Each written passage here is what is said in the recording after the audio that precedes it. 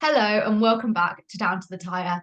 Today I am joined by a former fellow sports podcast host, a huge motorsport fan, and also someone who has supported Down to the Tyre from the very beginning. I'm joined by Ollie. How are you today? Hello, I am very good, thank you. Thanks for having me. Of course, anytime. You have been following Down to the Tyre for a while now. You have heard all of the slightly questionable predictions I have made, which we're going to get onto. We're going to discuss some of the things I've said on this podcast that maybe haven't come true. But first, I want to talk about podcasting because obviously you have podcasting experience. Could you tell us a bit more about that? I have indeed. Yeah, so as well as motorsport, I'm a fairly massive rugby fan, which the overlap I'm not sure is very strong. So some of your listeners might be like, "What?" But yeah, I'm a massive rugby fan, and a couple of years ago, I started a podcast on rugby with a couple of people that I'd met online. Basically just to talk all things rugby, and had a few fairly big name guests on at the time, considering we were pretty small. I suppose in the same way that you kind of have, like you sort of start from nothing, slowly build your way up, get some respect in the industry, and then have some people on. Interviewed people, players, referees, some commentators. So there's a bit of overlap there, which I'm sure we'll get into. Yeah, that's so cool. And I feel like one of the main reasons I wanted to get you on the podcast is because I think obviously a lot of people have podcasts now. That is a fact. And also there are a lot of people who want to get into podcasting. And I think it's really interesting to speak about kind of how obviously I started this coming from my first podcast that I did before this was one that I did with my university's radio station. And I think that's how a lot of people kind of get into it. But I think it's cool to discuss kind of how we get started in this kind of industry because I think it's something a lot of people are interested in. Yeah, massively. I think now as well, more than ever, it's just so easy as well. Mhm. Um, you need a phone and a friend, sometimes not even that. Um, I don't have any, so that's a lie. The accessibility is so strong.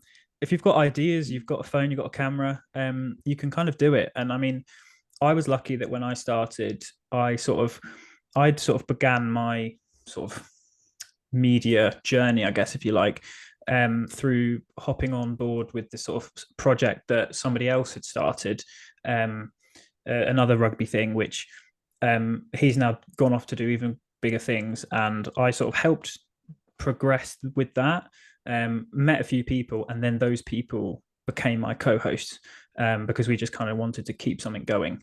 Um, so yeah, as long as you've sort of got the ideas and you've sort of got the drive to do it, no pun intended, it's kind of easy. And I think that's great. And we're seeing so many people now do podcasts. We're seeing so many people making TikTok content like yourself. I mean, I follow tons and tons of people online, quite a lot of them very small, and they all make brilliant content. And I think that's great.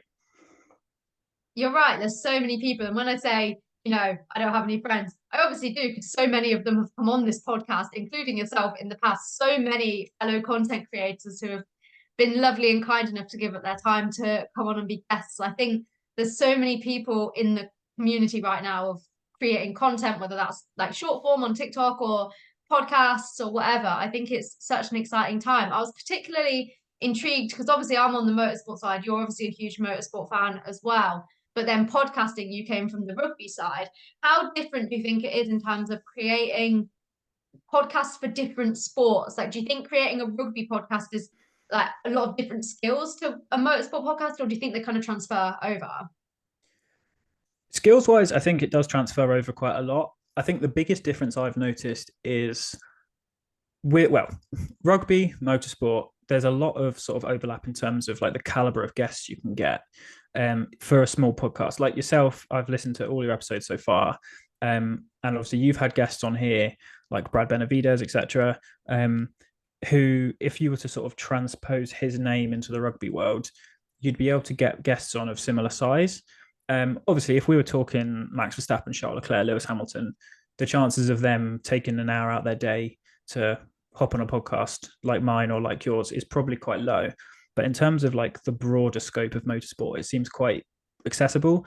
Whereas I think if you were to look at a sport like football, good luck, unless you're absolutely massive, good luck getting any professional football player to join your podcast and to give you some of their time. So I think what I quite love about our sports is that everyone seems fairly approachable. I know I've spoken to you in the past about how you get your guests, and I think mine came about quite similarly, in as much as literally sending messages on social media.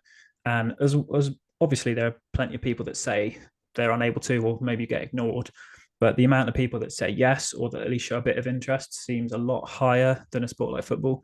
And I think we're quite lucky to have that.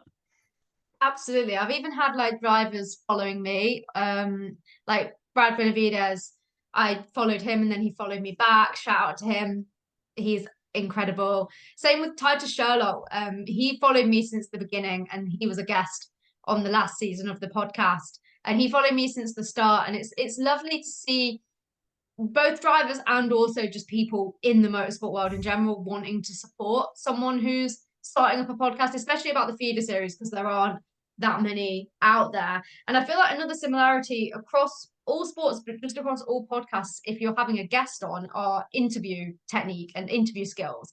And I feel like we've discussed this a bit off camera, but it's something that fascinates me. And I know you're really interested in it as well. So I was really curious to ask, based on your own experience, what do you think makes a good interview with someone?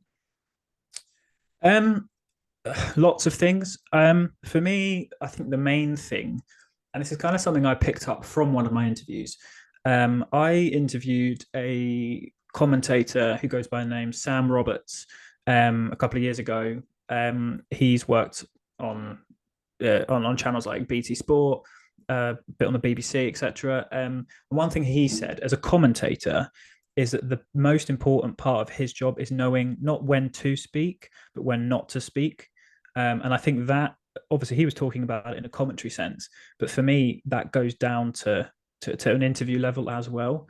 I think when you look at it on the commentary side, the best example I suppose I can give is someone like Crofty. If you're watching the Formula One, if ever there's a driver radio, everyone in commentary goes silent and you listen to it. You've got to be doing that on your podcast as well. There's no point having guests on if you've got to talk over them. And I'm sure there are plenty of people that listen to podcasts and might sometimes think the hosts are a bit keen talking. I'm probably guilty of that a bit myself, but I think knowing when you can and can't talk, or when you should or shouldn't, that kind of defines the line between a good and maybe a bad podcast, in my mind at least. Yeah, I'd agree with that. It's all about kind of, I think a lot of people are scared to leave awkward silences, but silences aren't always awkward. Firstly, there's editing. If something is awkward, you can edit it out. It's not a big deal. But also, if you try and fill a silence, your guest who you're interviewing might think of something to say to fill that silence themselves, and then by you as the host filling that silence, you almost take that opportunity away from them a little bit, I think. Yeah, definitely. I mean, as is everything, like nothing's going to be scripted. I'm sure maybe some people do script some bits, but word for word scripting is just not the case. And I mean, it's very noticeable when you listen to somebody talk and you can tell that they're saying things that are written on a piece of paper, or that they're just regurgitating something that they've been told to say. There is something quite nice about even like stumbling over each other's words and stuff. It gives everything a bit of authenticity, which I quite like. I'm sure some people don't, fair enough, but you kind of want your conversations, especially with people in like the motorsport world and the rugby world and sports in general. Everyone's media trained, so to get an actual like honest conversation is quite rare. So when you do get it, and when you do have those like little awkward moments and stuff, it does make it so much better because it feels real. um and there's something quite nice about that, I think. Definitely. I think there's something like to be said about making your guest as comfortable as they can be. Because at the end of the day, you want to enjoy it as the host, because it's quite often something that people do because they're very passionate about it. But also you want the guest to have a good experience as well. And I think it's just important to make them feel as comfortable as they can feel. Because I don't think as well, obviously you want your guests to have a good time, you want them to be happy with their experience, but also as an interviewer, I don't think someone is going to give you the most authentic honest truths that they can give unless they are comfortable and they feel like it's a safe space to do so. Yeah, you've got to sort of make that connection, and I think that's why podcasts that do well, you can see when. I mean, I'll focus on motorsport because it makes the most sense, but you can see when a driver really clicks with the people that they're being interviewed by. I think Matt from P1, I think he's a great example of someone who just knows how to build a relationship with a driver. And I'm sure part of it is them putting it on to make good content, but it's very clear that they don't hate being there. And I think I hate the idea that you would make content with somebody and they'd hate doing it. So I think it makes it so much nicer to see somebody in a sport like Formula One, like Formula Two, Formula Three, etc., when they clearly are enjoying what they're doing, talking to an interviewer, talking to a podcast host. If they're happy, it should make the content better because it will feel less forced, which is kind of what you want. Definitely. My final question on this topic is, I think it's really important to kind of, obviously we've said anyone can do a podcast. You don't need all the fancy equipment. You don't need anything except for something to record on and something to say. So my final question on this topic is kind of, what would be your advice to someone who maybe is listening to this, who is looking to start a podcast or wants to start a podcast, but has always been a bit too shy to? Because I feel like one of like, obviously my main messages from Down to the Tyre are always support motorsport outside of F1, support your local race circuit, go down and buy a 15 quid ticket and go and check out some, grassroots motorsport, but also just promoting the fact that, anyone, if anyone wants to get involved in motorsport, they can and they should. Literally just do it. I mean, if you listen to my first podcast, it's probably rubbish. I don't really remember it because it was such a long time ago, but it was probably terrible. Like I had no idea what I was doing. I don't really know what I'm doing now. I've got a mic, so at least it looks like I know what I'm doing, but I don't. Just do it. I mean, there's so much that can be said for buying equipment and making it look professional with like lighting and everything, but the bare bones of a podcast is somebody with a microphone talking.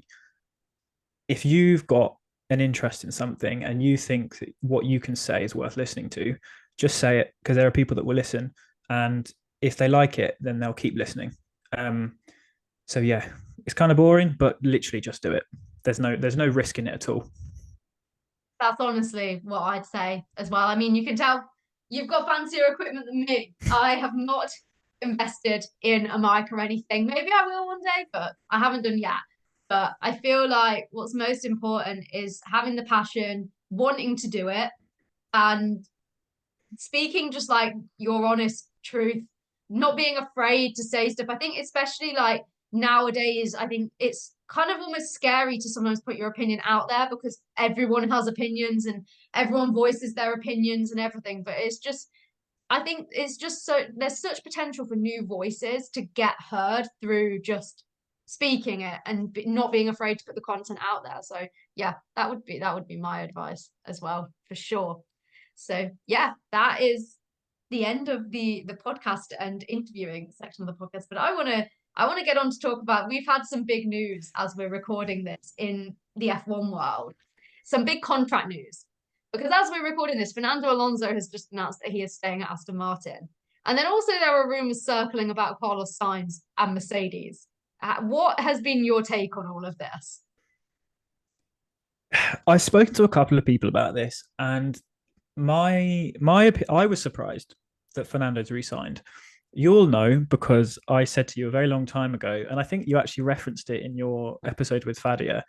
My prediction for the Mercedes seat was that they would take Fernando for a single season and then they would move on to Kimi Antonelli once he's had a bit more experience. It just made sense in my head that Fernando was coming towards the end of his career. He'd want one last chance. I suppose at the time it made more sense. He'd want one last chance at success. Aston Martin had sort of hit a wall, and I thought that maybe Mercedes would have a bit of a chance of making some improvements. Obviously, now that we've seen the car, maybe not. But I was still surprised that he did make the jump to sign that contract, or at least this early in the season. I mean, having listened to what he said, I mean, it does make sense to me. Like, he's reasonably old. Obviously, in motorsport terms, he's very old.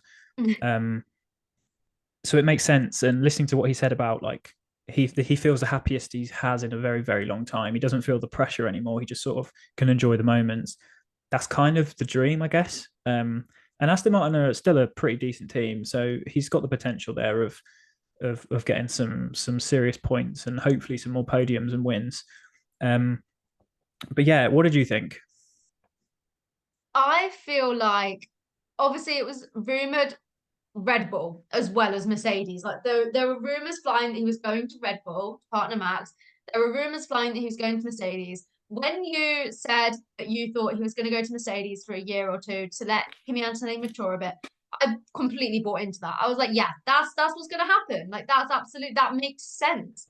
That's logical. So I think I would have been less surprised if he'd gone to Mercedes than to Red Bull. Because I think with Red Bull, as you said, he's getting a bit older. I just didn't think he'd want to be in that high pressure team anymore. I don't think that's what he's chasing. But I think, he's chasing to get podiums, wins, points, whatever. I think he still wants that. But I just don't see him wanting to be in a because obviously there's top teams and then there's Red Bull. I feel like top teams Yeah. come with some level of stress, but Red Bull comes with another level of stress. So I just didn't see him wanting that, and also wanting like he's basically if he went to Red Bull, he'd just be settling for being the second driver, basically. And whereas at Aston Martin, he's top of the team. Yeah, I mean, in terms of the whole settling for being second, I think that's true because Max is obviously the first, would be first driver. But I think the problem with if he'd gone to Mercedes, he could easily displace George, easily. People will cry at what I've just said, but I don't care. He could easily displace George. Um, Likewise, Aston Martin, obviously, he's clear, so clear of Lance Stroll. But I think with Red Bull, the biggest problem that we would face is that it would be a very, very competitive car, a very, very competitive driver who we know knows his stuff. There's something about that Red Bull that is obviously so special, but I think it would have posed more problems to Red Bull having Alonso and Max in one team because they would both be, if they were both as like hungry for it, they would both be fighting like to the death to get that championship. And I think Fernando is probably one of the only drivers on the grid that might actually have a good chance of taking it. He's made it clear that he's not as driven for that sort of high performance life anymore. He still wants to win things, but it's no longer the be all and end all of existence. I know. I mean, I heard. I don't know if you listened to his interview, but I heard what he said about like he'd win a race and then before he'd even landed, flying like home or to the next weekend or whatever, he would like text his engineer and say, "We need to change this about the car." Like it's a constant cycle, and I think that for someone like him who's now, what is he, 40, mid 40s, isn't he? 42, I think, maybe. Okay, early 40s. I'm doing him a disservice. It makes sense. I think it would be a shame to lose him from the grid. I think plenty of people will probably be kind of bored that the fact that he's still sticking around when obviously we want young drivers in the sport, but I think he's still of such a high quality that it does make sense to stick around. And all it's done is it's basically locked down that Aston Martin's not going to change, because as much as I think Yuki Tsunoda probably would have gone to Aston Martin, and I think in my original prediction I had Sainz to Aston Martin. I can't see them replacing Stroll. Yeah, it's a difficult one because obviously I'm a bit of a feeder series podcast host, so I obviously want to see young drivers in the sport. However, there are a lot of drivers who I would remove from the grid to allow space for feeder series drivers before I would remove Fernando Alonso. Put it that way. I think Fernando would be one of the ones I would keep. Yeah, no, that's fair. I'd do the same. I can probably think of 10 drivers I'd rather take off the grid than Fernando, probably even more. But yeah, really all it's done has sort of locked down that seat. it's probably 99% certain that Stroll's not going anywhere. I know that his dad has slightly less of a say than he may have previously had. But is he going to leave? Probably not. Would I like to see somebody else in that seat? Definitely. But we might just have to accept that the Fernando Lance sort of partnership is going to continue for another 2 years at least. Yeah, I mean, my biggest thing now is obviously that's confirmed. The rumor is now surrounding Carlos because he's been linked to Mercedes. I've seen some things saying his contract length. I've seen, people saying that he's been offered 1 year plus 1 year. Him saying back that he wants 2 years plus 1 year. I don't know how much of it is true or not, but all I know is I'm desperate for Carlos to just have a seat for next year. Yeah, I mean, he will do. I think that the key is he will do. It's just about where. Um, Obviously, there's the Mercedes option, there's the Sauber option. I mean, technically, there's a Haas option. Technically, there's a Williams option, but or even a Red Bull one. I now, having listened to sort of the rumors, not that you should ever listen to them, but it makes sense to me that Mercedes would want to offer him a 1+1, guarantee the seat for 25 in the same way that they were going to do, in my mind, with Alonso. Let Kimi Antonelli get some more experience. He's doing pretty well in F2, but it's a big jump. And I know like Max has done it. I know plenty of other drivers have done it, but it is a big jump, especially at the age that he is, to go straight from F2 to F1. It just would make sense to me that he gets at least one more year. I mean, technically, they could stick him in one of the other teams in F1. I know Mercedes have definitely got some sort of pushing power. I know we've spoken about the whole Williams thing and how Williams have got a perfectly good driver academy themselves and don't need Antonelli. For me, I would now say Sainz 1+1, guarantee him for 25, see how Kimi does. If he's good, stick him in for 26 and let Carlos go to Sauber. Otherwise, if he's not, just keep Carlos because it is Carlos Sainz and he's pretty decent. I'd honestly completely agree. And I'm a big fan of the Williams Academy. So yeah, that's why I kind of ruled out that option. Honestly, I think the strongest bet that Williams have is Luke Browning, but that's a whole conversation for another day because he is still in F3 and they have two drivers in F2. And I think Browning's their best bet. But I am also biased because I have followed Luke Browning since the start. So maybe that's just my bias seeping through. But I do think with Antonelli, if Williams did sign him, I think Mercedes would risk losing him and we could have a bit of a Piastri situation on our hands where if they don't snap him up while they have the opportunity, I feel like he could slip away from them. I'm not going to lie, I'm not the biggest Mercedes fan. And that would be so funny to me if there was all this like back and forth about when he's going to join, what's going to happen. And then if he just went, you know what, I'm going over there, that would be hilarious. I think that that's unlikely, though. I think Toto's made it very clear that he made a mistake letting Max Verstappen go, and he's not going to let it happen again. Whether or not that means he gives Kimi Antonelli the seat for 26, fair, I'm not sure. I think next season's far too early. I personally wouldn't make that. I mean, I'm not a team principal for a reason, but I wouldn't put money on him getting the seat for 25, and I wouldn't put money on him getting the Williams seat for 25 unless Mercedes struck a massive deal with Williams, because Williams will want to convert one of their own drivers. I can't see Logan sticking around just because of his performance at the moment. It would make sense, like, say, like George Russell sitting in Williams for a bit until he was ready for Mercedes. Like, that made sense. If Williams were genuinely in like financial problems, which I know they're not like thriving at the moment, then maybe Mercedes could have some like leeway on in the decision that they get to make. But I wouldn't be surprised if we don't see Kimi Antonelli in a Formula One seat until 2026. I'd agree. And I think when George Russell did the whole Williams thing for a bit, Mercedes were at the top and That is true. Williams were struggling financially and At the on bottom. track. They were at the bottom. So I feel like then it made more sense. And also Williams didn't have an academy at that point, or didn't have an academy. I can't remember if the academy existed or not at that point. I'm not sure if it did, but they definitely didn't have drivers like in the F2 and F3 levels ready and waiting to step up. Whereas now they have three very talented drivers who are F2 and F3 level right near that. So I feel like it might make less sense now to have that happen, but we'll see. We will. And until that all gets confirmed, there's going to be wild speculation because there always is. I mean, I still think we're going to see a lot of change with every other team as well.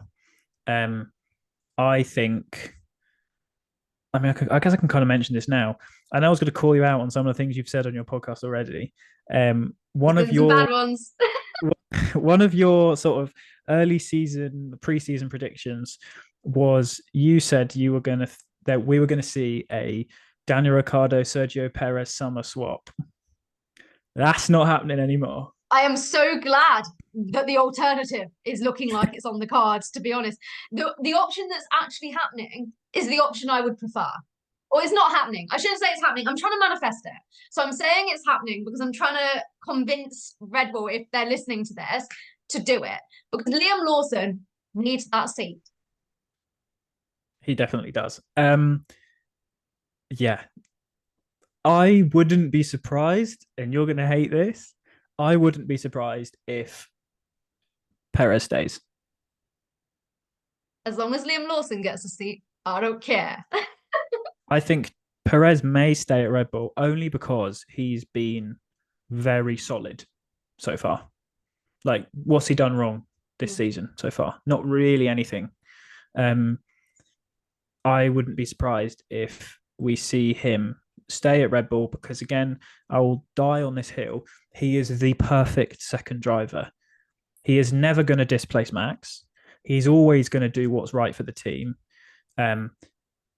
2021 proved how good he can be in terms of being that second driver. If he wasn't in that second seat in 2021, Max does not win the championship. He was so vital to that championship that I think if he continues on the path he's on, I don't see why Red Bull would want to get rid of him. What that does mean, though, is that you've got Daniel Ricciardo sat in a RB seat for seemingly no reason.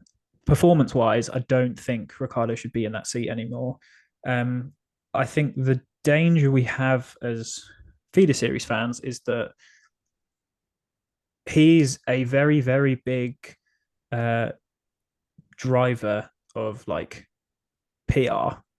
And I think having him in that second seat is always going to make the Red Bull and Visa Cash App RB, stupid name, it's going to make their brand marketable. And I think they're fairly big sponsors. And if he were to get dropped, where's the sort of appeal from the team anymore? Like, I love Liam Lawson, and I think a lot of people do. But in terms of a global brand, Daniel Ricciardo kind of is the face of Formula One, at least on like a social media sort of point of view.